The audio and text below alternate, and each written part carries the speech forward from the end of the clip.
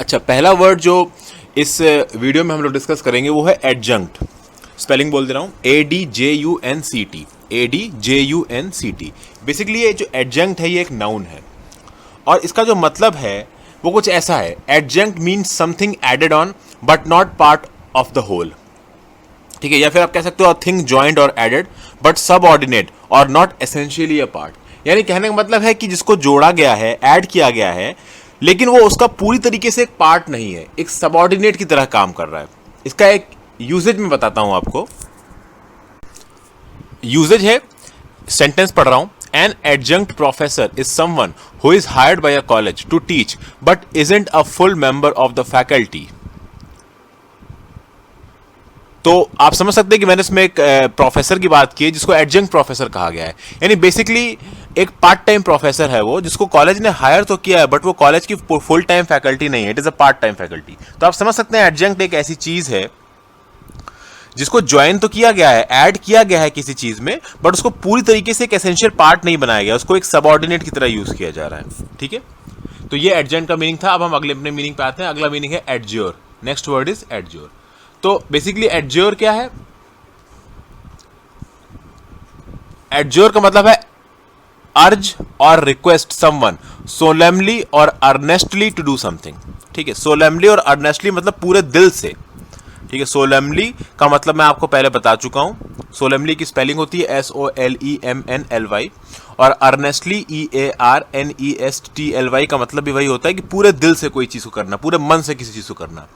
तो एडज्योर का क्या मतलब है? ये एडज्योर पहली बात तो एक वर्ब है और मतलब है अर्ज और रिक्वेस्ट समवन सोलेमली और अर्नेस्टली टू डू समथिंग। या फिर कुछ केसेस में एडज्योर को कहा जाता है कमांड या फिर डायरेक्ट, किसी को कमांड देना, किसी को डायरेक्ट करना, ठीक है। तो ये भी कुछ कंटेक्स्ट में एडज्योर का मीनिंग होता है। तो एडज्योर के दो कंटेक्स्ट में मीनिंग बताया मैंने आपको, ठीक है। अब जो अगला वर्ड हम लोग आज डिस्कस करेंगे वो है एडज्यूटेंट, ठीक है।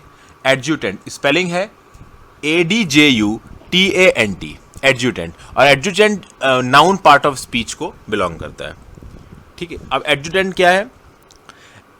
इसका मतलब है an officer who assist superior officers by communicating orders and conducting correspondence. फिर से पढ़ रहा हूं मैं। An officer who assist superior officers by communicating orders conducting correspondence. एक और मीनिंग पढ़ रहा हूं। Adjutant is a military rank or appointment. In some armies, including most English-speaking ones, it is an officer who assists a more senior officer.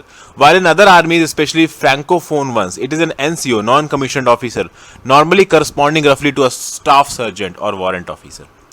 तो basically यार ये जो adjutant है वो कभी कभी तो आपका आर्मी और मिलिट्री में एक रैंक की तरह से यूज किया जाता है और नॉर्मली देखा जाए तो ये एक ऑफिसर है जो सुपीरियर ऑफिसर्स की मदद करता है ऑर्डर्स बता के या उनके साथ करस्पॉन्डेंस करके, ठीक है।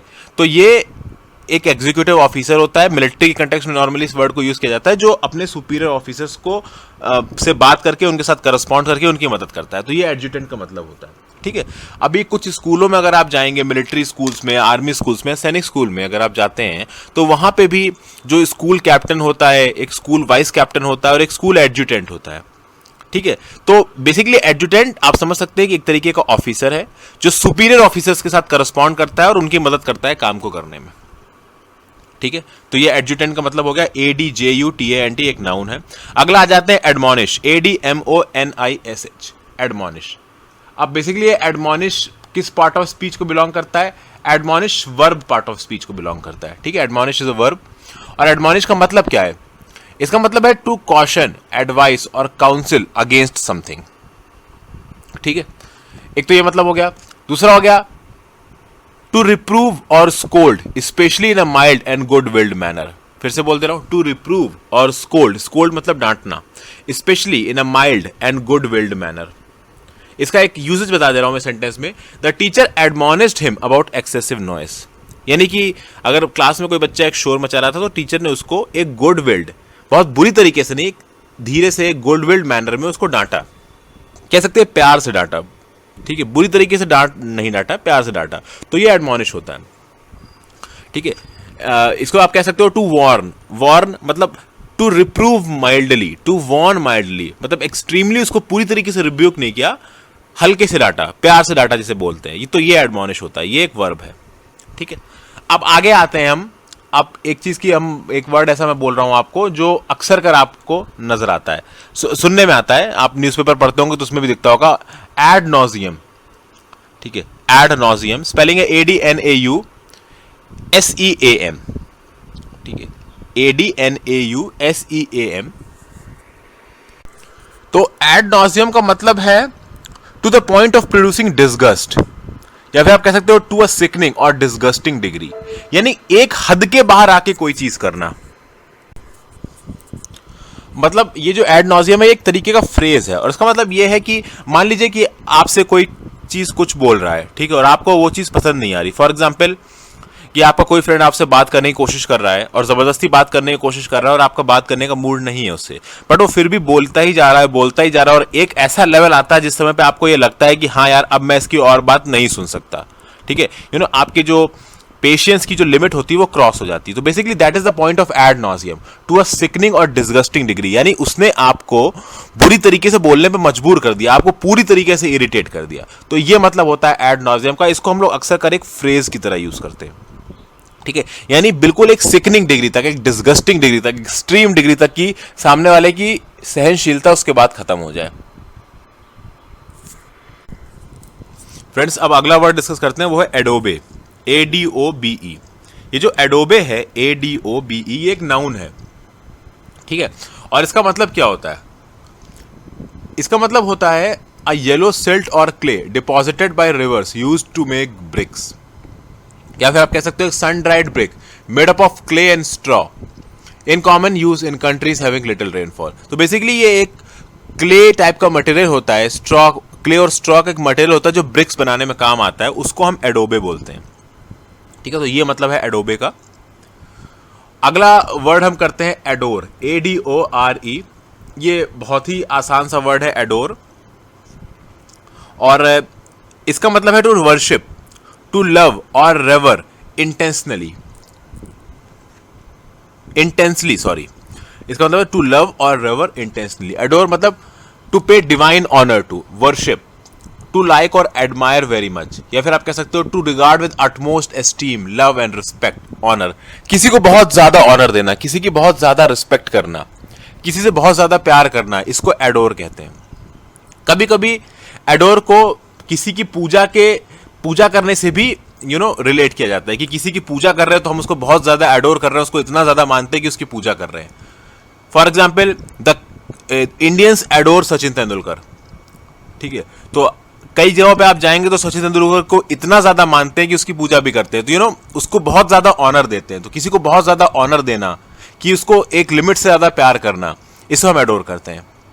एक और इसका यूजेस आप कह सकते हो कि simply adore the way your here is done, यानी मुझे बहुत अच्छा लगता है जिस तरीके से तुम अपने बाल को बनाती हो या बनाते हो। ठीक है, तो ये एडोर के यूजेज है। तो एडोर का मतलब मैंने आपको बता दिया है। उसके आगे चलते हैं, अगला वर्ड है एडॉर्न, ADORN। ये भी बहुत आसान सा वर्ड है, ADORN, एक वर्ब है ये, और एडॉर्न का मतलब होता है to make more pleasing, attractive, impressive etcetera, या फिर आप कह सकते हो to decorate or add beauty to as by ornaments, यानी किसी को सजाना। एडोन का मतलब ये होता है किसी को सजाना, किसी को और खूबसूरत बनाना, गहने पहना के, किसी को गहने पहना के और खूबसूरत बनाना, या फिर आप कह सकते हो कि किसी को बहुत अट्रैक्टिव बनाना, बहुत चार्मिंग बनाना, बहुत प्लीजिंग बनाना, बहुत ज्यादा इंप्रेसिव बनाना। तो ये भी एडोन कहते हैं। जरूरी नहीं है कि आप ऑर्नामेंट से ही किसी को एडोर करोगे, आप किसी की क्वालिटी से भी एडोर कर सकते हो।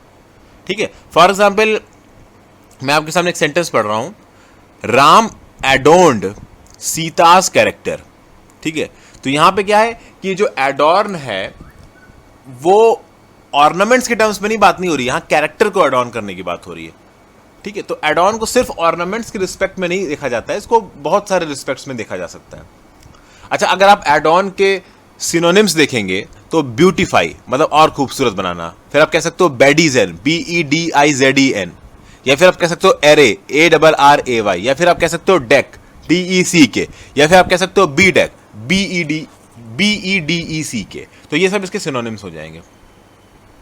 जब ये वर्ड्स आएंगे तो और अच्छे से बताऊंगा। एक और यूजेज देख लेते हैं, टू डेकोरेट, स्पेलिंग मतलब इसको अगर आप सेंटेंस में बोले तो आप कह सकते हो she adorned her hair with flowers. तो ये जो सेंटेंस है, she adorned her hair with flowers, उसने उसके बालों को फूलों से सजाया। तो अब यहाँ पे ऑर्नामेंट्स की जरूरत नहीं है, फूलों से सजाया जा रहा है। तो आप समझ सकते हैं कि एडॉर्न को बहुत सारे कंटेक्स्ट में यूज किया जा सकता है। ठीक है, अब अगला जो वर्ड है एड्रॉइट, ये एक एडजेक्टिव है, ADROIT, Adroit, this is an adjective. Adroit का मतलब होता है यार एक्सपर्ट और nimble in the use of the hands और बॉडी, या फिर आप कह सकते हो क्लेवरली स्किलफुल, रिसोर्सफुल और इंजेनियस। ये क्या मतलब हो गया? ये मतलब हुआ आपका किसका? एड्रॉइट का, यानी बहुत ज्यादा चालाक होना। इसको आप और कह सकते हैं, कुछ और वर्ड्स इसके लिए मैं यूज करूंगा। एक तो होता है डेक्स्टरस, DEXTEROUS, ये इसका एक तरीके का सिनोनिम है। फिर दूसरा होता है स्किलफुल, ये भी इसका सिनोनिम है। एक होता है इंजेनियस, INGENIOUS, ये भी एक तरीके का इसका सिनोनिम है। तो ingenious, skilful, dexterous, these are all synonyms of adroit. Adept भी बोल सकते हो, ADEPT, आप डेफ्ट भी बोल सकते हो, DEFT, आप स्किलफुल, क्लेवर, एप्ट, APT भी बोल सकते हो। और इसका एंटोनिम क्या हो जाएगा? Clumsy, CLUMSY। तो एग्जैक्टली मतलब क्या हुआ आपका एड्रॉइट का? मतलब हुआ कि एक इंसान जो बहुत ज्यादा क्लेवरली स्किलफुल, उसके अंदर बहुत ज्यादा काबिलियत है, बहुत ज्यादा स्किल्स हैं, बहुत रिसोर्सफुल है, बहुत ही चालाक है। अच्छा, एक तो ये हो गया। तो कैरेक्टर वाइज देखो या नेचर वाइज देखो तो कोई बहुत चालाक है, बहुत रिसोर्सफुल है, कोई बहुत ही ज्यादा स्किल वाला है, बहुत ही ज्यादा इंटेलेक्चुअल है, कि चीजों को जल्दी तरीके से समझ लेता है। तो एक ये कंटेक्स्ट हो गया एड्रॉइड के मीनिंग का। एड्रॉइड की मीनिंग का एक और कंटेक्स्ट आप बता सकते हो कि मान लीजिए ऐसा कोई पर्सन है जो अपने हैंड्स को यूज करके या अपने लेग्स को यूज करके कुछ बहुत अलग कर सके। ठीक है, कुछ लोग अपने हैंड्स को यूज करके बहुत सारी चीजें कर लेते हैं। फॉर एग्जाम्पल 7 से 8 बालों को एक साथ उछाल लेंगे। ठीक है, लेग्स में एक अंगूठे के ऊपर खड़े हो जाएंगे, एक उंगली पे 15 से 20 या 40 पुशअप्स मार देंगे। तो ये क्या है? वो अपने हैंड्स को और लेग्स के यूज में बहुत स्किलफुल है। कुछ लोग बहुत अच्छी स्विमिंग कर लेंगे। तो इस तरीके की यूजेज को भी आप एड्रॉइड से कनेक्ट कर सकते हो कि आपने अपने हाथों या पैरों या बॉडी के किसी पार्ट को यूज करके कुछ ऐसा कर लिया जो नॉर्मल इंसान नहीं कर पाता है। तो वो भी एक तरीके का एड्रॉइड हो गया, स्किलफुल पर्सन हो गया। और आपका कैरेक्टर स्किलफुल है, दिमाग स्किलफुल है, तो उस कंटेक्स्ट में भी आप एड्रॉइड को यूज कर सकते हैं। ठीक है, तो ये एड्रॉइड का मतलब हो गया।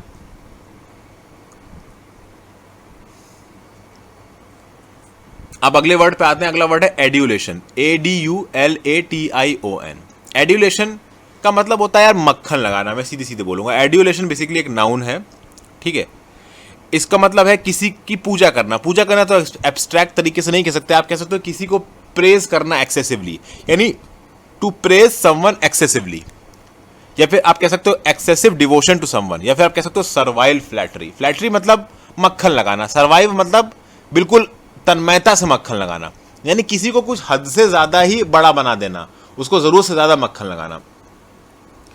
आप इसको कह सकते हो एक्सट्रीम एडमिरेशन, बहुत ज्यादा किसी की तारीफ करना, या फिर आप कह सकते हो ऑब्सेक्वस फ्लैटरी और प्रेज। यानी फॉर एग्जाम्पल एक एम्प्लॉय है जो किसी कंपनी में काम करता है और अपने बॉस को जरूरत से ज्यादा मक्खन लगाता है। ठीक है, तो आप कह सकते हो कि यार वो बहुत बड़ा एड्यूलेशन है, उसके मन में अपने बॉस के लिए बहुत ज्यादा एड्यूलेशन है। तो इसको एक नेगेटिव टर्म्स में भी आप बोल सकते हैं कि यार जरूरत से ज्यादा मक्खनबाज है। या एड्यूलेशन को आप पॉजिटिव टर्म्स में बोल सकते हैं कि आपको किसी की क्वालिटी बहुत ज्यादा पसंद आ रही है, इसलिए आप उसको बहुत मान रहे हो, तो उसकी तारीफ कर रहे हो। तो एड्यूलेशन को इन दोनों तरीके से यूज किया जा सकता है। एड्यूलेशन एक नाउन है। ठीक है, इसका आपको समझ में आ गया। सर्वाइल फ्लैटरी, ऑब्सिक्वस फ्लैटरी, ये सब इसके सिनोनिम्स हो गए। ठीक है फ्रेंड्स, अगले वर्ड पे आते हैं। अगला वर्ड तो बहुत ही आसान है, एडल्टरेट। ठीक है, एडल्टरेट एक वर्ब है। ठीक है, और अगर एडल्टरेट के वर्ब का नाउन फॉर्म देखना चाहोगे तो हो जाएगा एडल्टरेशन। ठीक है, तो एडल्टरेट क्या हो जाएगा? To debase by mixing with something inferior और स्पूरियस। ठीक है, यानी किसी एक ओरिजिनल चीज में कोई चीपर, इंफीरियर या लेस डिजायरेबल गुड्स को आप मिला दो, तो जो फाइनल प्रोडक्ट बनेगा उसकी क्वालिटी उतनी अच्छी नहीं होगी। तो यानी आपने क्या किया कि ओरिजिनल जेन्युइन प्रोडक्ट को किसी कम क्वालिटी वाले इंफीरियर प्रोडक्ट के साथ मिला दिया, तो फाइनल प्रोडक्ट जो बना वो कम क्वालिटी का है। तो इसको क्या बोलते हैं? एडल्टरेशन। अभी कुछ दिन पहले आपने केस सुना होगा कि मुंबई के एक चौल में रहने वाले कुछ लोगों ने किसी देसी ठेके से एक शराब खरीदी और उन्होंने वो शराब पी और कुछ बहुत सारे लोग मर गए। ठीक है। तो बहुत सारे लोग खत्म हो गए शराब को पीने की वजह से। तो सुनने में आया कि वो जो शराब थी वो एडल्टरेटेड शराब थी, यानी वो ओरिजिनल शराब नहीं थी, उसके अंदर कुछ सब स्टैंडर्ड चीजें मिला दी गई थी, जिसकी वजह से शराब टॉक्सिक हो गई, जिसकी वजह से बहुत सारे लोग मर गए। ठीक है, तो ये क्या कर दिया, उस शराब को एडल्टरेट कर दिया। तो ये एडल्टरेट का मतलब होता है। Now the next word which we are going to talk about is advent. ADVENT. It is a noun. Now what's the meaning of advent? Advent is a coming or arrival. Coming or arrival. तो basically ये जो advent का जो usage है, इसको हम लोग बहुत वैराइटी तरीके से यूज कर सकते हैं। ये एक नाउन है, ठीक है। अब एक दो मतलब इसका और देखते हैं, इससे आपको थोड़ा और क्लियर होगा, ठीक है। सेंटेंस कुछ ऐसा है, the period beginning 4 Sundays before Christmas observed in commemorating of the coming of Christ into the world. मैं फिर से पढ़ रहा हूं, the period beginning 4 Sundays before Christmas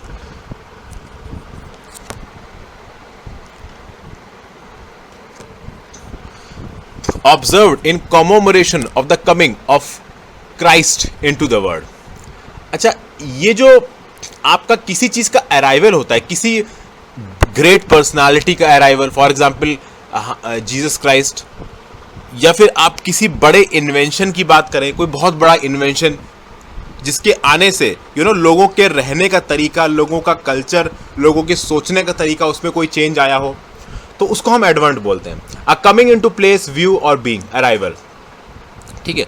अच्छा, जरूरी नहीं है कि हम बहुत बड़े स्केल पे बात करें, जैसे किसी चीज के आने से किसी की कल्चर, फॉर एग्जांपल जब फायर की डिस्कवरी हुई तब एंशिएंट मैन के जो रहने का तरीका था वो थोड़ा चेंज हुआ, कि उसने जो एनिमल्स थे जिसको मार के खाता था उसको कुक करना शुरू कर दिया, ठीक है। तो एडवेंट इस कंटेक्स्ट में भी हो सकता है, और छोटी छोटी चीजों को डिफाइन करने के लिए, for example the advent of the holiday season, holiday season आ गया, मई जून की छुट्टियां हो गई, बच्चों के 2 महीने छुट्टियां हो गई, तो लोग ने हॉलीडे प्लान करने शुरू कर दिए। तो एडवेंट को आप एक बड़े कंटेक्स्ट में बात कर सकते हैं, फॉर एग्जांपल किसी बड़ी पर्सनालिटी का अराइवल, या फिर किसी बड़े इवेंट का अराइवल, फॉर एग्जांपल आईटी एज आई, ठीक है, नॉलेज एज आई, उस तरीके से छोटी की हॉलीडे सीजन आया, ठीक है। Advent of the weekend, weekend आ गया, सैटरडे संडे की छुट्टी हो रही है, सब लोग घूमने फिरने जाएंगे। तो एडवेंट का मतलब किसी चीज का अराइवल होना, ठीक है। छोटे और बड़े कंटेक्स्ट दोनों में से यूज किया जा सकता है, ठीक है। अब अगर हम बात करें सिनोनिम्स की, तो इसका मतलब सिनोनिम्स है ऑनसेट और बिगिनिंग। एडवेंट की सिनोनिम्स है आपका ऑनसेट है और बिगिनिंग है। और आप ये भी कह सकते हैं कॉमेंसमेंट या स्टार्ट। कॉमेंसमेंट किसी चीज की शुरुआत होना, स्टार्ट भी किसी चीज की शुरुआत होना। तो कॉमेंसमेंट और जो स्टार्ट है ये एक जनरलाइज्ड मीनिंग आप कह सकते हो, और ऑनसेट और बिगिनिंग ये थोड़े स्पेसिफिक सिनोनिम्स कहे जा सकते हैं आपके एडवेंट के, ठीक है। अब अगले पे आते हैं। अगला वर्ड है एडवेंटिशियस, ADVENTITIOUS, एडवेंटिशियस। फिर से पढ़ रहा हूं इसकी स्पेलिंग, ADVENTITIOUS।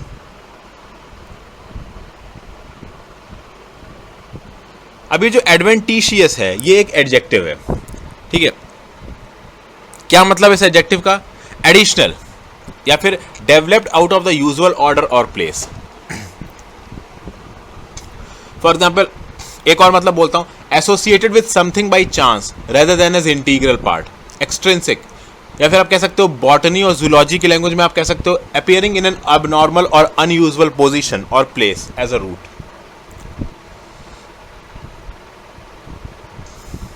तो ये जो एडवेंटिशियस है आप मतलब से समझ सकते हो कि ये थोड़ा सा एडिशनल है, एक एक्स्ट्रा पार्ट कह सकते हो। और फॉर एग्जाम्पल कोई एक चीज का मैन्युफैक्चर होता है या कोई एक चीज बनती है, ठीक है, तो उसमें नेचुरली अगर आप कोई चीज को जोड़ दो, ठीक है, तो वो तो उसका नेचुरल एडिशन हो गया। लेकिन अगर आप बाहर से किसी चीज को जोड़ रहे हो उसमें, जो कि आप कह सकते हो कि उसका नेचुरल एडिशन नहीं है, तो आप उसे क्या बोलोगे? उसको आप एडवेंटिशियस बोलोगे, ठीक है। अब हम अगले वर्ड पे आते हैं। अगला वर्ड है adversary, ADVERSARY। Adversary is a noun, ठीक है, ADVERSARY। अब इस एडवर्सरी का क्या मतलब है? एडवर्सरी इज एन अपोनेंट, ठीक है।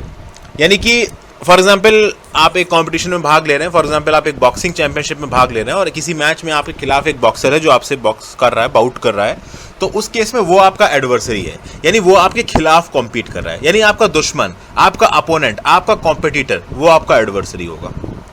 ADVERSARY, ये इसकी स्पेलिंग है। ये नाउन पार्ट ऑफ स्पीच को बिलोंग करता है। आगे आते हैं adverse, ADVERSE। Adverse is basically an adjective, ठीक है। एडवर्स एक एडजेक्टिव, और एडवर्स का मीनिंग बहुत आसान है। अभी मैंने एडवर्सरी का बताया था आपको, मतलब कि जो आपका अपोनेंट है, जो आपका कॉम्पिटिटर है। और एडवर्स का मतलब क्या हो जाएगा? खराब कंडीशंस, अनफेवरेबल कंडीशंस, ठीक है। या फिर आप कह सकते हो अपोजिंग वंस इंटरेस्ट और डिजायर, यानी आपके जो डिजायर है और आपके जो इंटरेस्ट है उनके खिलाफ अगर कोई चीज हो रही है तो उसको आप एडवर्स बोल सकते हैं। बीइंग और acting in contrary direction, unopposed और अपोजिंग, वही चीज होगी को आपको कोई अपोज कर रहा है या आपको कोई कन्फ्रंट कर रहा है, तो इसका मतलब है। फॉर एग्जाम्पल अगर इसका यूजेज लें तो एक यूजेज हो सकता है कि एडवर्स क्रिटिसिज्म। एडवर्स क्रिटिसिज्म मतलब क्रिटिसाइज कर रहा है और निगेटिवली क्रिटिसाइज कर रहा है। क्रिटिसाइज तो मतलब होता ही निगेटिव है, ठीक है। और क्रिटिसाइज को यहाँ पे डिफाइन कौन कर रहा है? एडवर्स कर रहा है। तो एडवर्स इज एन एडजेक्टिव। आप कह सकते हो एडवर्स सर्कमस्टांसेस। अब सर्कमस्टांसेस दो तरीके के हो सकते हैं, फेवरेबल सर्कमस्टांसेस हो सकते हैं, अनफेवरेबल सर्कमस्टांसेस हो सकते हैं। तो अनफेवरेबल सर्कमस्टांसेस को कैसे दिखाओगे आप? Adverse circumstances. फिर एडवर्स विंड्स, यानी वो विंड्स जो आपके डायरेक्शन के अपोजिट फ्लो कर रही हैं, तो ऑब्वियस सी बात है वो आपके डायरेक्शन को ब्लॉक करेंगी। फॉर एग्जांपल आप बाइक से कहीं जा रहे हो और एकदम से आंधी आई, और जो आंधी की हवा का जो फ्लो है वो आपके अपोजिट डायरेक्शन में है, तो ऑब्वियस सी बात है आपको एक झटका लगेगा और आपका आगे जाने की जो स्पीड है वो कम होगी, ठीक है। तो ये अनफेवरेबल हो गया। एडवर्स मतलब अपोजिट डायरेक्शन में। अब 16th पे आ जाते हैं एडवर्सिटी। अभी देखिए आपने एडवर्स से शुरू होने वाले हमने बहुत सारी चीज़ों की बात की। एडवेंट मीनिंग डिस्कस किया, एडवेंटिशियस डिस्कस किया, एडवर्सरी डिस्कस किया, फिर एडवर्स डिस्कस किया, फिर एडवर्सिटी पे हम आ गए हैं, ठीक है। एडवर्सिटी, अब बेसिकली ये सब मीनिंग राइम तो एक दूसरे के साथ कर रहे हैं लेकिन काफ़ी हद तक अलग भी हैं एक दूसरे से, मतलब एकदम सेम नहीं कह सकते हो। एडवर्सिटी बेसिकली क्या है? ये एक नाउन है। क्या दिखा रहा है एडवर्सिटी? एडवर्सिटी का मतलब होता है अनफेवरेबल फॉर्च्यून और फेट, या फिर आप कह सकते हो condition marked by misfortune, calamity और डिस्ट्रेस, ठीक है। फॉर एग्जाम्पल अगर इसको हम सेंटेंस में यूज करें तो आप क्या बोलोगे? Friends will show their true colours in the time of adversity. Sentence क्या है? Friends will show their true colours in the time of adversity, यानी एडवर्सिटी यानी जब आपका बुरा टाइम चल रहा होगा, जब आपका खराब टाइम चल रहा होगा, जब आपके पास पैसों की कमी होगी या आपको कोई प्रॉब्लम होगी या किसी डिस्ट्रेस से गुजर रहे होंगे आप, तो उस टाइम पे जो आपके फ्रेंड्स हैं, जो नॉर्मल टाइम में आपके बहुत दोस्त बनते हैं, उस टाइम पे हो सकता है वो आपके दोस्त ना रहें और आपसे अपना पल्ला झाड़ दें, तो क्या है? वो अपना ट्रू कलर दिखा देंगे। तो ये एक यूजेज हो गया सेंटेंस में। एक और मतलब कह सकते हो एन एडवर्स और अनफॉर्चुनेट इवेंट और सर्कमस्टांस, यानी एक ऐसा कोई इवेंट घटा आपकी लाइफ में जो आपके अगेंस्ट था, जो आपके इंटरेस्ट के अगेंस्ट था, तो वो भी एडवर्स कह सकते हैं। फॉर एग्जाम्पल सेंटेंस में use you will meet many adversities in life, यानी आप अपनी लाइफ में बहुत सारी एडवर्सिटीज को फेस करोगे। कहने का मतलब है कि हर चीज़ आपकी लाइफ में आपके फेवर में नहीं होगी, बहुत सारी चीज़ें होंगी आपकी लाइफ में जो आपके अगेंस्ट चली जाएंगी, तो वो क्या हो जाएंगी? वो आपकी एडवर्सिटीज हो जाएंगी, ठीक है। तो ये एक और मीनिंग हमने डिस्कस किया। आगे आ जाते हैं। एडवर्सिटी के बाद जो हमारा वर्ड है एडवर्ट, ADVERT, एडवर्ट। एडवर्ट क्या है? ये एक वर्ब है, ठीक है। Advert is a verb. अब इसका मतलब क्या है? थोड़ा सा आप गेस करने की कोशिश करिए, क्योंकि एडवर्ड से शुरू होने वाले हम बहुत सारी चीजों को डिस्कस कर रहे हैं।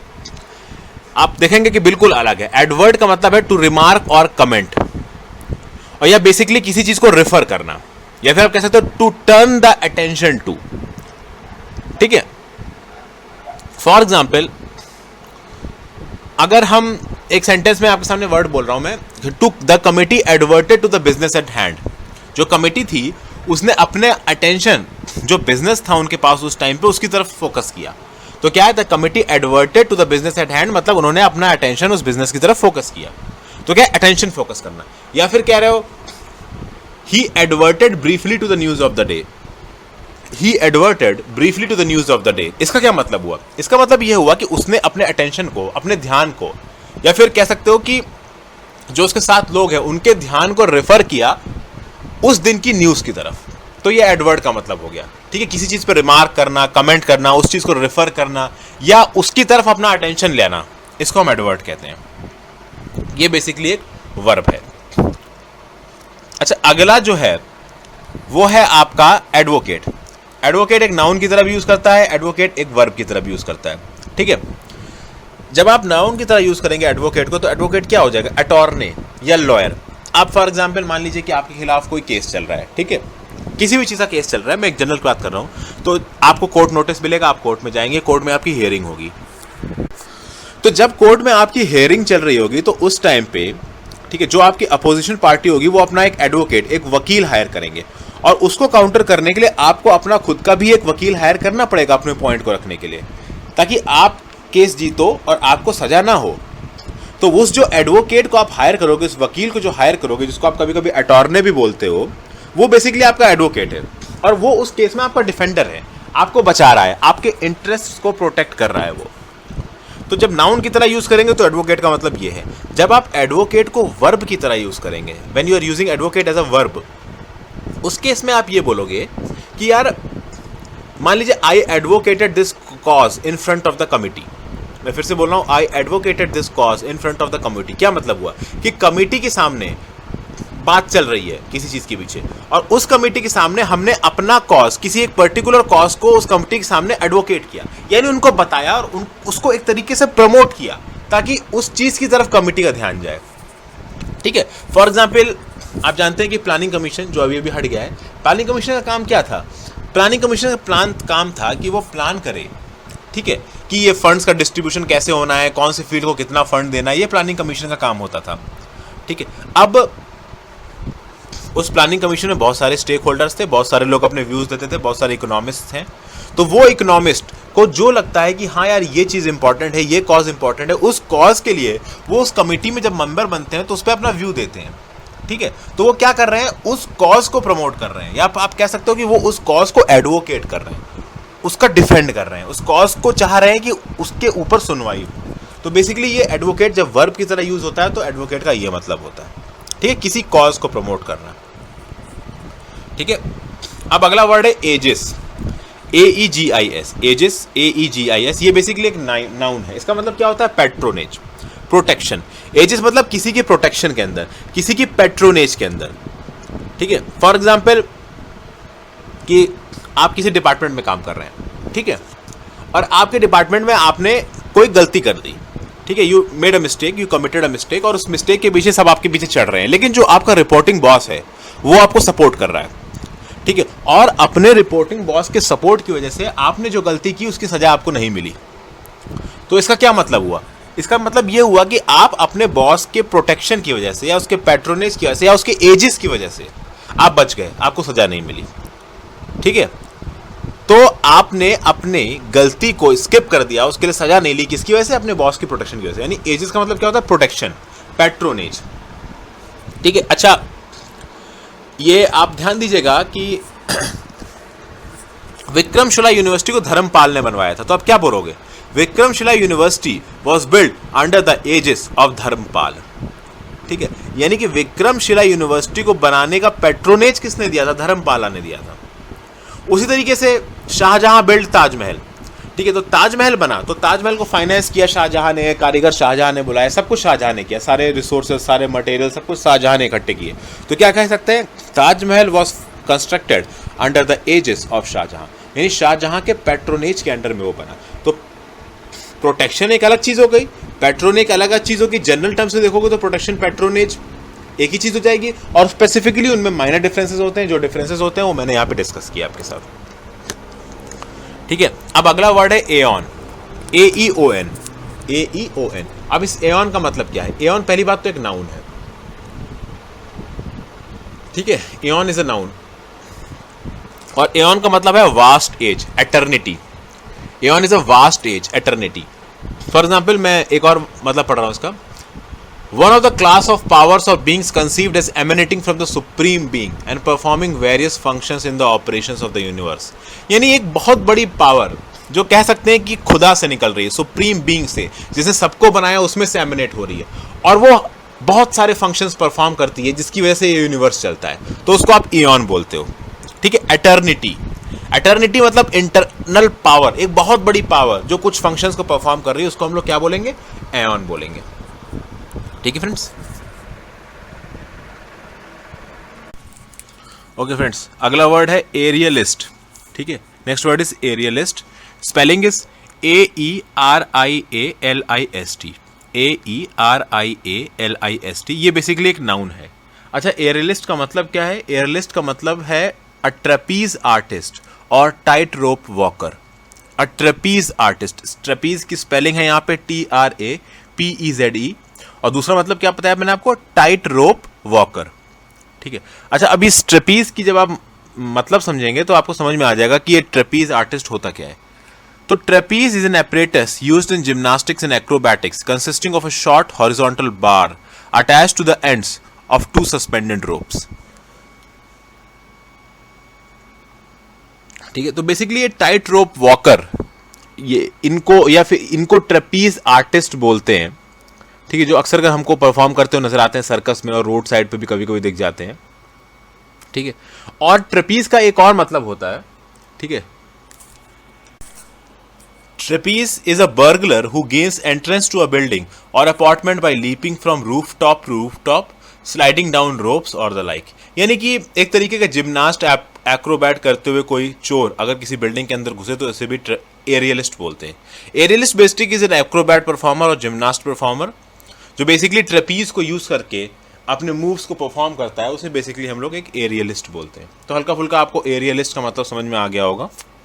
अगला है एस्थीट, AESTHETE। अब एस्थीट एक नाउन है। ठीक है, एस्थीट का मतलब होता है person who has or profess to have a special appreciation of beauty. फिर से मतलब बोल रहा हूं मैं आपके सामने, अ person who has or professes to have a special appreciation of beauty. ठीक है, या फिर मैं बोलता हूं एक और मतलब, अ person who has or professes to have refined sensitivity towards the beauties of art or nature. एक और मतलब बोल रहा हूं, a person who affects great love of art, music, poetry etcetera and indifference to practical matters. अब ये aesthete के मतलब हैं। अब इसके दो सिनोनिम्स बता रहा हूं मैं आपको, ये सिनोनिम्स बहुत इंपॉर्टेंट है। पहला सिनोनिम्स है कॉनोसियर। हो सकता है मेरा प्रोनाउंसिएशन गलत हो, I am really sorry for that. Connoisseur की स्पेलिंग है CONNOISSEUR। ये कॉनोसियर का मतलब स्पेलिंग है। और अगला जो सिनोनिम है वो है डाइलेटेंटे। डाइलेटेंटे इसकी स्पेलिंग है DILETTANTE, DILETTANTE। यानी कि ये जो तीन वर्ड्स हमने डिस्कस किए, एस्थीट AESTHETE, दूसरा वर्ड कॉनोसियर CONNOISSEUR, और तीसरा वर्ड डाइलेटेंटे DILETTANTE। तो बेसिकली इनका वर्ड्स का क्या मतलब हुआ? ठीक है, इनका मतलब हुआ कि एक ऐसा पर्सन जो ये प्रोफेस करता है, जो ये क्लेम करता है कि वो किसी भी चीज की ब्यूटी के स्पेशल एप्रिसिएशन को समझता है। A person who has or professes to have a special appreciation of beauty, यानी वो ब्यूटी को एक अलग तरीके से समझ सकता है। नॉर्मल लोगों की जो समझ होती है ब्यूटी की तरफ, आर्ट की तरफ, म्यूजिक की तरफ, किसी क्यूजीन की तरफ, ठीक है, वो ये पर्सन क्लेम करता है कि उसको उसका एक स्पेशल एप्रिसिएशन है, उसके पास उस चीज को गेस करने की एक स्पेशल ताकत है। तो बेसिकली इस पर्सन को हम लोग एस्थीट बोलते हैं, या कॉनोसियर बोलते हैं, या डाइलेटेंटे बोलते हैं। ठीक है, कॉनोसियर, इन सब वर्ड्स का यूज तब भी किया जाता है कि मान लीजिए किसी क्यूजीन को टेस्ट करना है, तो वो क्यूजीन कितनी अच्छी बनी है, उसकी क्या स्पेशलिटी है, उसमें सबसे अच्छा क्या है, इस चीज को बताने के लिए एस्थीट या कॉनोसियर को बुलाया जाता है। तो इसलिए इसको इस चीज से आप रिलेट कर सकते हैं। एस्थीट, कॉनोसियर और डाइलेटेंटे ये सब एक दूसरे के साथ मीनिंग में सेम है। अगला वर्ड है एस्थेटिक। ठीक है, एस्थेटिक, और बेसिकली ये जो वर्ड है एस्थेटिक, ये प्रॉपर्टी को बता रहा है। ठीक है, तो प्रॉपर्टी को बता रहा है, किसी क्वालिटी को बता रहा है, आपके गुण को बता रहा है, तो क्या हो गया, एडजेक्टिव हो जाएगा। अच्छा, मतलब क्या है इसका? आप कह सकते हो कि इसका एक मतलब तो ये आर्टिस्टिक, या फिर आप कह सकते हो एक्सक्विजिट। एक्सक्विजिट मतलब बहुत अच्छा। ठीक है, जैसे कि मैं इसका एक मतलब बोलता हूं, relating to, involving or concern with pure emotion and sensation as opposed to pure intellectuality. ठीक है, यानी कि अगर आप रिलेट कर रहे हैं, किसी से इन्वॉल्व कर रहे हैं, या फिर आप कंसर्न है प्योर इमोशन से और सेंसिटिविटी से, और आप उसके इंटेलेक्चुअल एस्पेक्ट में नहीं जा रहे हैं, तो ये आप कह सकते हैं कि एस्थेटिक है। ठीक है, या फिर आप बोल सकते हो having a sense of the beautiful, characterized by a love of beauty. काफी हद तक ये एस्थीट से भी मिल रहा है। या फिर आप कह सकते हो concern with the study of the mind and emotions in relation to the sense of beauty. ठीक है, तो एस्थेटिक इतना डीप मतलब आपको जाने की जरूरत नहीं है। आप सिंपल सी बात याद रखिए कि एस्थेटिक का मतलब है कि एक्सक्विजिट, ठीक है, कुछ अलग, कुछ अच्छा, आर्टिस्टिक। और कभी कभी जो वर्ड है एस्थेटिक, इसको कुछ इस टर्म्स में भी यूज किया जाता है कि फॉर एग्जाम्पल इसका एक मतलब अगर आप देखें इस तरीके से याद करें कि concern with notions such as the beautiful and the ugly, यानी एस्थेटिक की बात करी तो हाँ वो एक ब्यूटीफुलनेस और अगलीनेस में एक कंपैरिजन हो गया, ठीक है।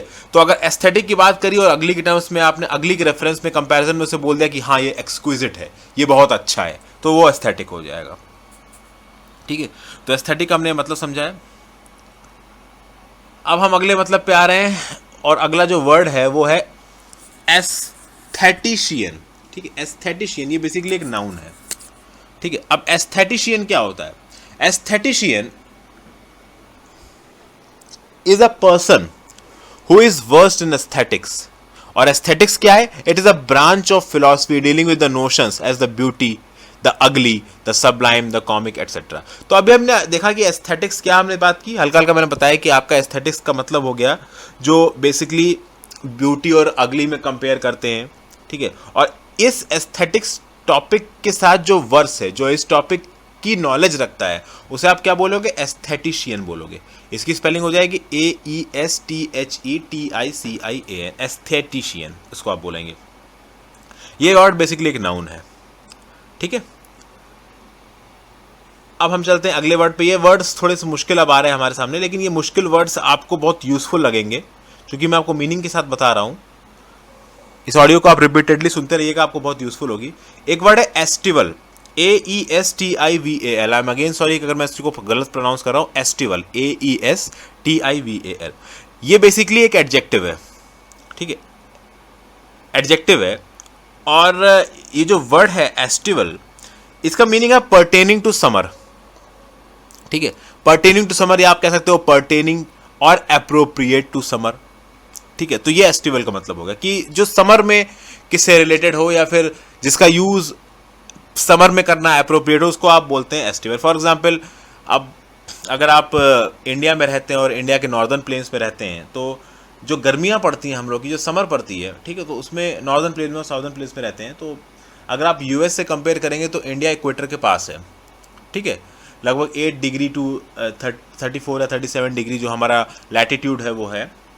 तो उसमें क्या होगा कि सर्दियों के टाइम पे तो सर्दियाँ पड़ती हैं और गर्मियों के टाइम गर्मियाँ पड़ती हैं, यानी दिसंबर के लगभग आपकी सर्दियाँ होती हैं और मई जून के लगभग आपकी गर्मियाँ होती हैं। तो दिसंबर के टाइम पे, जब भी दिसंबर का महीना आता है, जनवरी का महीना होता है, उसमें बहुत ठंड हो जाती है इंडिया में। तो ठंड के टाइम पे कोई ठंडा पानी नहीं पिलता है, लेकिन जैसे ही समर आती, गर्मियाँ आती, सबको ठंडा पानी चाहिए पीने के लिए।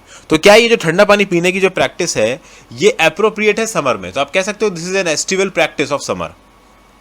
बट वही चीज़ है कि आप विंटर में इसको एक एस्टिवल प्रैक्टिस नहीं कर सकते, यानी विंटर में ठंडा पानी पीना इज नॉट एप्रोप्रिएट, ठीक है।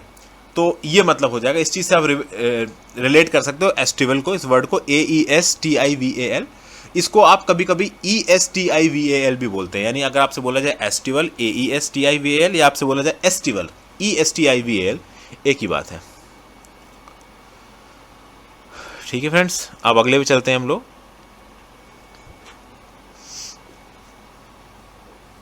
अगला वर्ड है एस्टिवेट, AESTIVATE।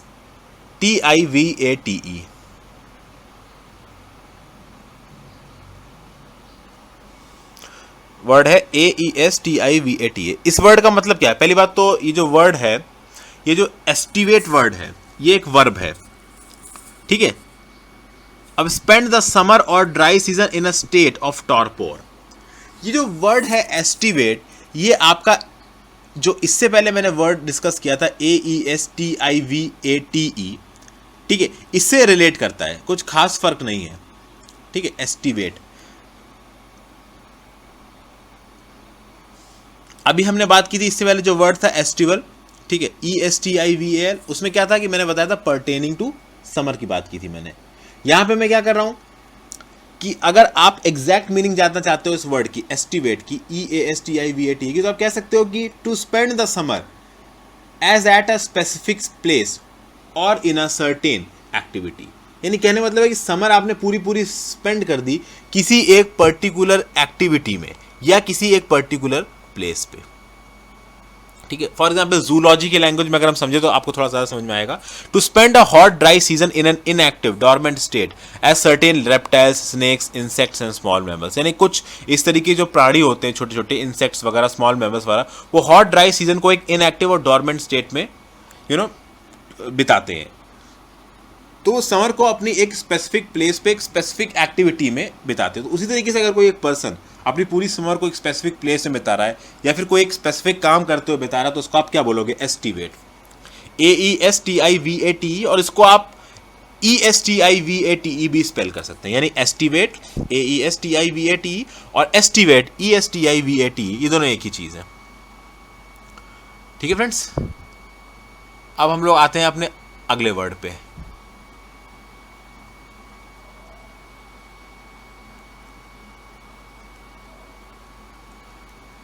Next word is aficionado. ठीक है, स्पेलिंग पढ़ रहा हूं इसकी आपके सामने। यह है AFICIONADO, AFICIONADO, एफिशिएनाडो, AFICIONADO। अब इस एफिशिएनाडो क्या है? ये एक नाउन है और इसका मतलब क्या है? एफिशिएनाडो इज एन आर्डेंट डिवोटी और इज अ फैन और इज एन इंथुजियास्ट। ठीक है, अब ये जो फैन है वो एक स्पोर्ट का भी फैन हो सकता है, किसी अच्छे पास टाइम का भी फैन हो सकता है, किसी क्यूजाइन का भी फैन हो सकता है, किसी पर्सन का भी फैन हो सकता है, किसी सेलिब्रिटी का भी फैन हो सकता है। ठीक है, तो एफिशिएनाडो इज एन आर्डेंट डिवोटी और he is a fan, is an enthusiast about something. वो किसी स्पोर्ट के बारे में, for example football, billiards, snooker, tennis, cricket, किसी का भी फैन हो सकता है, या फिर वो किसी सेलिब्रिटी का फैन हो सकता है, उसका डिवोटी हो सकता है, या फिर वो किसी पास टाइम का हो सकता है, या फिर हो सकता है उसको साइकिलिंग का फैन हो। तो वो किसी भी चीज़ का फैन, मतलब एक आर्डेंट डिवोटी को आप क्या बोलेंगे? एफिशिएनाडो बोलेंगे। तो इसका मीनिंग हमने देख लिया है।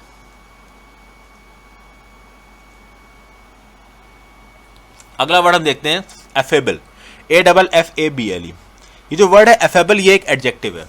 इसका मतलब क्या है? Showing warmth and friendliness, benign, pleasant.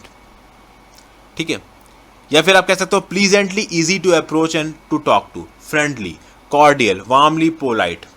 For example अगर मैं यूजेज में बोलूँ तो बोलूँ an affable and courteous gentleman, यानी एक ऐसा जेंटलमैन, एक ऐसा इंसान जो बहुत फ्रेंडली है, जो बहुत कॉर्डियल है, जिससे आप बात करेंगे तो वो बहुत प्यार से आपकी बातों का जवाब देगा, बहुत अच्छे से रिस्पॉन्ड करेगा, नहीं वो बिल्कुल भी र्यूड नहीं है, बहुत अच्छा है अपनी बातों में, अपने बिहेवियर में, डिसेंसी में, एटीट्यूड में, पर्सनालिटी में। तो उसको आप क्या बोलोगे? Affable person. अच्छा, सिर्फ पर्सन के कंटेक्स्ट में नहीं दे सकते हैं, एक अच्छी स्माइल दी आपने, ठीक है, एक फ्रेंडली स्माइल दी आपने, तो आप कह सकते हो एन एफेबल स्माइल। यानी सिर्फ पर्सन के टर्म्स में इसको डिस्कस नहीं किया सकता, इसका भी यूजेज बहुत सारे टर्म्स में हो जाएगा। क्या बोल सकते हैं इसको? कर्टियस, प्लीजेंट और फ्रेंडली। अब अगला वर्ड आ गया एफेक्ट, AFFECT। ठीक है, एफेक्ट, AFFECT। अब यार आप समझ सकते हैं कि ये जो इफेक्ट है दो तरीके से हम लोग देखते हैं इसको।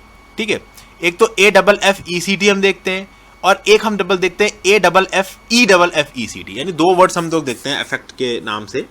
और इस इफेक्ट में दो जो वर्ड्स हैं, एक की स्पेलिंग है AFFECT और दूसरे की स्पेलिंग है EFFECT। तो पहले अभी आज हम जिसका मतलब समझेंगे वो है AFFECT। इसका क्या मतलब है? इसका मतलब है टू एक्ट ऑन, या फिर आप कह सकते हो प्रोड्यूस एन इफेक्ट और चेंज इन, या फिर आप कह सकते हो टू इंप्रेस द माइंड और move the feelings of someone. ठीक है, तो ये आपका मतलब हो गया इफेक्ट का। टू इन्फ्लुएंस कह सकते हो आप, किसी को प्रभावित करना, बेसिकली ये इफेक्ट होता है AFFECT। ये एक वर्ब है। अच्छा, ये तो इफेक्ट हो गया AFFECT। जो इफेक्ट होता है EFFECT, उसका क्या मतलब होता है? जो EFFECT होता है उसका मतलब ये होता है कि मान लीजिए आपने कोई एक चीज़ करी, ठीक है, और उस चीज़ के करने से किसी दूसरे पे कोई फ़र्क पड़ा।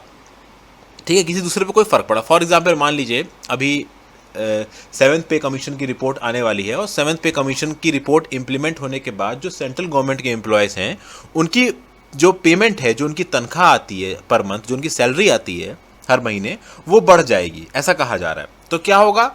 उन पे डायरेक्ट इफेक्ट पड़ेगा। क्या इफेक्ट पड़ेगा? कि उनकी तनख्वाहें बढ़ जाएंगी, तो वो ज़्यादा खर्च कर सकेंगे। तो ये इफेक्ट है, डायरेक्ट इफेक्ट है। और ये EFFECT का मतलब है। जो AFFECT होता है वो होता है इन्फ्लुएंस करना। अब ये इन्फ्लुएंस किसी भी तरीके का हो सकता है, ठीक है, उसको मेंटली इन्फ्लुएंस करना, उसको फिजिकली इन्फ्लुएंस करना, इंटेलेक्चुअली इन्फ्लुएंस करना, हर तरीके से इन्फ्लुएंस करना हो सकता है। तो इफेक्ट क्या मतलब? डायरेक्ट इफेक्ट होना, कुछ इनडायरेक्ट इफेक्ट भी हो सकता है, ठीक है। इफेक्ट मतलब कोई फर्क पड़ना उस पर, और किसी को इन्फ्लुएंस करना, ये होता है इफेक्ट, यानी AFFECT। तो ये AFFECT और EFFECT का यूजेज बहुत ज़रूरी है। कैट में बहुत सवाल पूछे जाते हैं इस पर, और CGL में भी बहुत सवाल पूछे जाते हैं इस चीज़ पे। तो इस मतलब को हमने समझने की कोशिश करी है, ठीक है। अब हम अगले वर्ड पे आते हैं, एफिडेविट, AFFIDAVIT। अब ये एफिडेविट क्या है? AFFIDAVIT। एफिडेविट एक नाउन है, बेसिकली पीस ऑफ पेपर है, रिटन डॉक्यूमेंट है, या फिर आप कह सकते हो रिटन डेक्लेरेशन ऑन ओथ है। एफिडेविट मतलब ये एक तरीके का रिटन प्रूफ है जो आप किसी को देते हो, ये बताते हो कि हाँ ये बात सच है, ठीक है। फॉर एग्जाम्पल, आपने किसी को रिटन बेसिस पे एक एफिडेविट दिया कि हाँ आप ये पैसा इस टाइम पे यहाँ पे जमा कर दोगे, तो ये एक रिटन प्रूफ हो गया आपकी तरफ से, एक रिटन रिस्पॉन्सिबिलिटी बन गई आपकी कि हाँ आप इस टाइम पे ये पैसा यहाँ जमा करेंगे। तो एफिडेविट क्या होता है? रिटन डिक्लेरेशन होता है, एक तरीके का ओथ होता है कि हाँ आप ये चीज़ आगे करोगे। अच्छा, अगला वर्ड क्या हो गया? एफिलिएट, ठीक है, AFFILIATE, एफिलिएट। एफिलिएट को आप एक वर्ब की तरह भी यूज़ कर सकते हैं, एक नाउन की तरह भी यूज़ कर सकते हैं। जब आप इसको नाउन की तरह यूज़ करेंगे तो आप इसे बोलेंगे affiliation, AFFILIATION. When you are going to use affiliate as a noun, then what you are going to say it? You are going to say it as affiliation. अब इस affiliate वर्ड का मतलब क्या है? इस affiliate मतलब का मतलब है to attach as a member or branch, या फिर to attach as an associate, ठीक है भाई। अब as a member और as a branch कैसे इसको रिलेट करते हैं देखते हैं। For example, KFC, Kentucky Fried Chicken is a brand, ठीक है। अब मान लीजिए कोई एक इंसान फिरोजाबाद सिटी में रहता है, अब उसको लगता है कि फिरोजाबाद सिटी में, ठीक है, नियामा चौराहे पे उसे लगता है कि अगर मैं एक KFC का आउटलेट खोलूं तो वो बहुत चलेगा, बहुत लोग खाने के लिए आएंगे। उसने दिमाग लगाया, ठीक है। तो मान लीजिए उसका ये दिमाग लगा है उसको फिरोजाबाद में या फैज़ाबाद में क्यों एक चौराहा है जिसका नाम नियामा है, वहाँ पे वो एक शॉप लगाना चाहता है KFC की, क्योंकि उसे ऐसा लगता है कि यहाँ पे अगर मैं शॉप लगाऊंगा तो बहुत सारे लोग आ सकते हैं। तो वो क्या करेगा? वो KFC की वेबसाइट पे जाएगा और वहाँ पे एफिलिएट के लिए अप्लाई करेगा, ठीक है, जिसको एक और वर्ड से भी कहते हैं फ्रेंचाइजी को अप्लाई करेगा। और अगर उसकी फ्रेंचाइजी एक्सेप्ट हो जाती है और KFC अपना ब्रांड नेम देने को तैयार हो जाता है और वो अपनी शॉप वहाँ पे लगा लेता है, तो वो क्या हो जाएगा? वो KFC ब्रांड का एक एफिलिएट बन जाएगा, उसका एक एसोसिएट बन जाएगा, उसका एक पार्टनर बन जाएगा, उसका एक मेंबर बन जाएगा, ठीक है। तो ये होता है एसोसिएट। आप फ्लिपकार्ट की वेबसाइट पे जाइए, ठीक है, और फ्लिपकार्ट की वेबसाइट पे नीचे आपको एक जगह नोट लिखा हुआ नजर आएगा, ज्वाइन एज एफिलिएट, ठीक है। तो आप जब उस पर क्लिक करेंगे तो उस पर वो दिखाएगा कि आप फ्लिपकार्ट ब्रांड को अपनी ब्लॉग या अपनी वेबसाइट पे पब्लिसाइज करिए, और उसके बेसिस पे जो भी बिक्री होगी उस पर वो पैसे देंगे आपको। तो इसका क्या मतलब हुआ? इसका ये मतलब हुआ कि फ्लिपकार्ट के आप मेंबर बन जाएंगे, उसके पार्टनर बन जाएंगे और उसके प्रोडक्ट को अपनी प्लेटफॉर्म के थ्रू बेचेंगे, ये मतलब हुआ इसका, ठीक है। तो एफिलिएट बेसिकली एक पार्टनर होता है, एक बिजनेस मेंबर भी आप कह सकते हैं, ठीक है। तो एफिलिएट के ये मतलब हो गए, और बहुत सारे मतलब है, बिजनेस पार्टनर भी हो सकता है, एक मेंबर भी हो सकता है। फॉर एग्जांपल, एक लाइब्रेरी है, लाइब्रेरी में आपने उसकी ईयरली फीस देके उस लाइब्रेरी के मेंबर बन गए, तो आप उस लाइब्रेरी के एफिलिएट बन गए, तो ये भी एफिलिएट का मतलब है। बिजनेस पार्टनर भी एफिलिएट होता है, ऑनलाइन बिजनेस पार्टनर भी एफिलिएट होता है, मार्केटिंग के लिए भी एफिलिएट बनते हैं। तो बहुत सारी चीज़ें, फॉर एग्जाम्पल, दो मार्केटिंग कंपनीज में आपस में एक दूसरे के साथ मिल गए और उन्होंने अपने अपने मार्केटिंग प्लेटफॉर्म पर दूसरे की चीज़ों को मार्केट किया, एडवर्टाइज किया, तो ये भी एफिलिएट हो गए, वो एक दूसरे के लिए एफिलिएट हो गए। तो ये होता है एफिलिएट का मतलब। आगे आते हैं, अगला वर्ड है affinity, AFFINITY। Next word is affinity, AFFINITY। Affinity का मतलब होता है अट्रैक्शन, लाइकिंग, प्रोक्लिविटी, ठीक है। Affinity of electrons towards protons.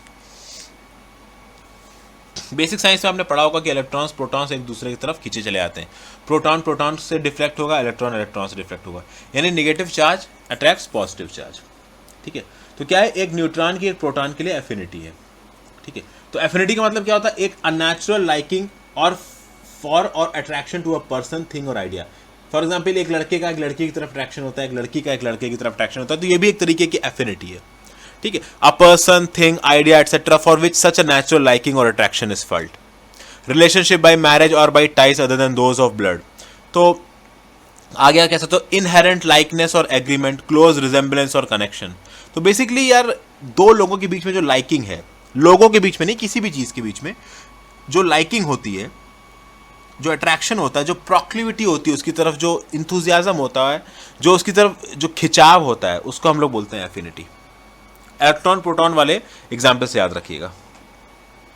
अगला वर्ड है affirmation, AFFIRMATION। Affirmation is a noun और उसका वर्ब फॉर्म हो जाएगा एफर्म, AFFIRM। इसका मतलब क्या हो जाएगा? डेक्लेरेशन, ठीक है। एफर्मेशन का मतलब हो जाएगा डेक्लेरेशन।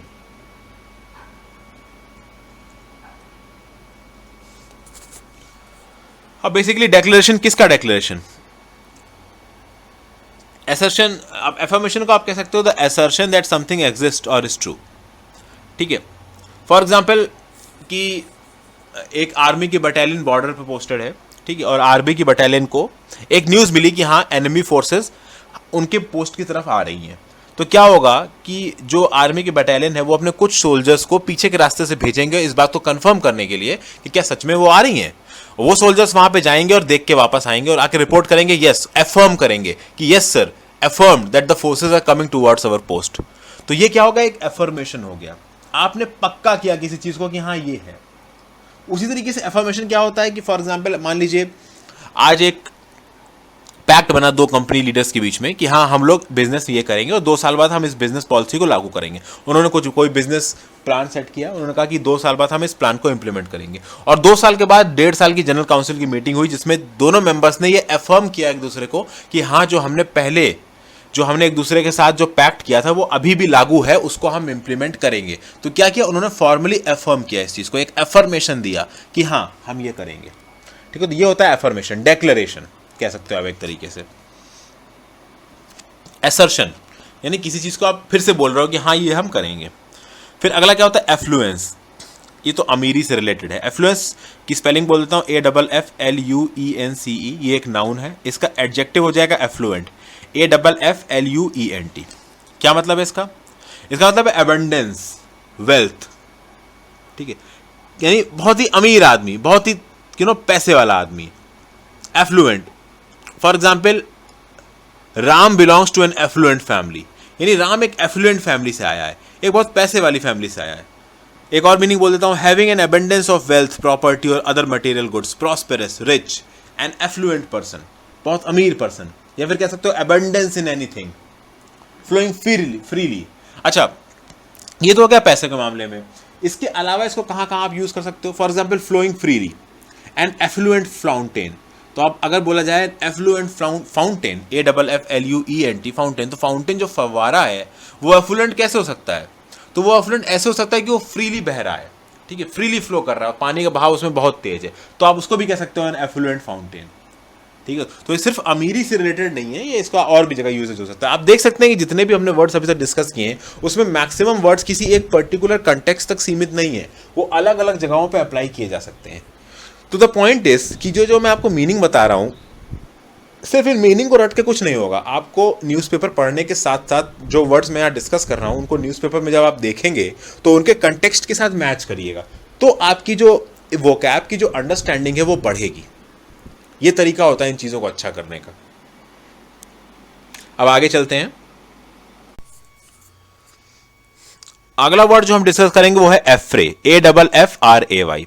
एफ्रे क्या है? Affray is a public fight, a noisy quarrel, QUARREL, लड़ाई, अ ब्रॉल, ठीक है। या फिर आप कह सकते हो द फाइटिंग ऑफ 2 और more persons in a public place. तो ये बहुत आसान है। एफ्रे इज अ नाउन, 2 लोग पब्लिक प्लेस में लड़ रहे हैं, एक पब्लिक फाइट हो रही है, आपस में लड़ाई हो रही है, चिल्ला चिल्ला के लड़ रहे हैं, इसको आप एफ्रे बोलते हैं, AFFRAY, ठीक है, ब्रॉल, फाइट और फ्रे।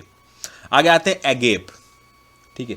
अब इस वर्ड का क्या मतलब है? एगेप का ये वर्ड भी आप बहुत देखेंगे और खासकर कॉम्पिटिटिव एग्जाम्स स्पेशली SSC में तो ये बहुत बार रिपीट हुआ। एगेप इज एन एडजेक्टिव, ठीक है, यानी कि इसका मतलब है with the mouth wide open, as in wonder, surprise और ईगरनेस, ठीक है, with gaping mouth, dumbfounded. For example आपको याद होगा कि जब 9/11 के अटैक्स हुए थे और जो वर्ल्ड ट्रेड सेंटर जब गिर गया था टेररिस्ट अटैक की वजह से, तो उस टाइम पे जब वो वर्ल्ड ट्रेड सेंटर गिरा था तो किसी को भी ये भरोसा नहीं था कि ये हो गया, तो सब डम फाउंडेड थे, डम स्ट्रक थे, सबके मुंह खुले खुले रह गए थे, बहुत एस्टोनिश थे कि यार ये क्या हो गया। तो वो बेसिकली क्या था, वो एगेप थे, एवरीवन वाज एगेप। तो एगेप को आप एक एडवर्ब की तरह भी यूज कर सकते हैं, एक एडजेक्टिव की तरह भी यूज कर सकते हैं। ठीक है, अगला वर्ड है एजेंडा। ठीक है, AGENDA, एजेंडा।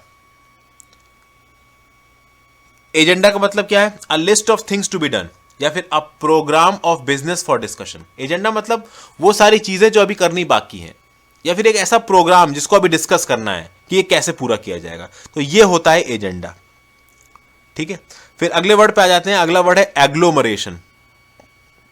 ठीक है, एग्लोमरेशन क्या स्पेलिंग है इसकी, AGGLOMERATION, ये एग्लोमरेशन की स्पेलिंग है, AGGLOMERATION, एग्लोमरेशन। ठीक है, क्या मतलब इसका, द एक्ट और प्रोसेस ऑफ एग्लोमरेटिंग, वो एक्ट या वो प्रोसेस जिससे एग्लोमरेटिंग की जाती हो। अब भाई ये एग्लोमरेटिंग क्या होता है, एग्लोमरेटिंग इज ओरिजिनेटिंग फ्रॉम एग्लोमरेट, यानी टू कलेक्ट और gather into a cluster of mass, यानी कई सारी चीजों को एक साथ कलेक्ट करना, गैदर करना। तो basically it is a accumulation, collection, gathering, बहुत सारी चीजों को एक जगह पे कलेक्ट करना, एक्यूमुलेट करना, गैदर करना। बेसिकली ये क्या होता है, ये एग्लोमरेशन होता है, ये नाउन है।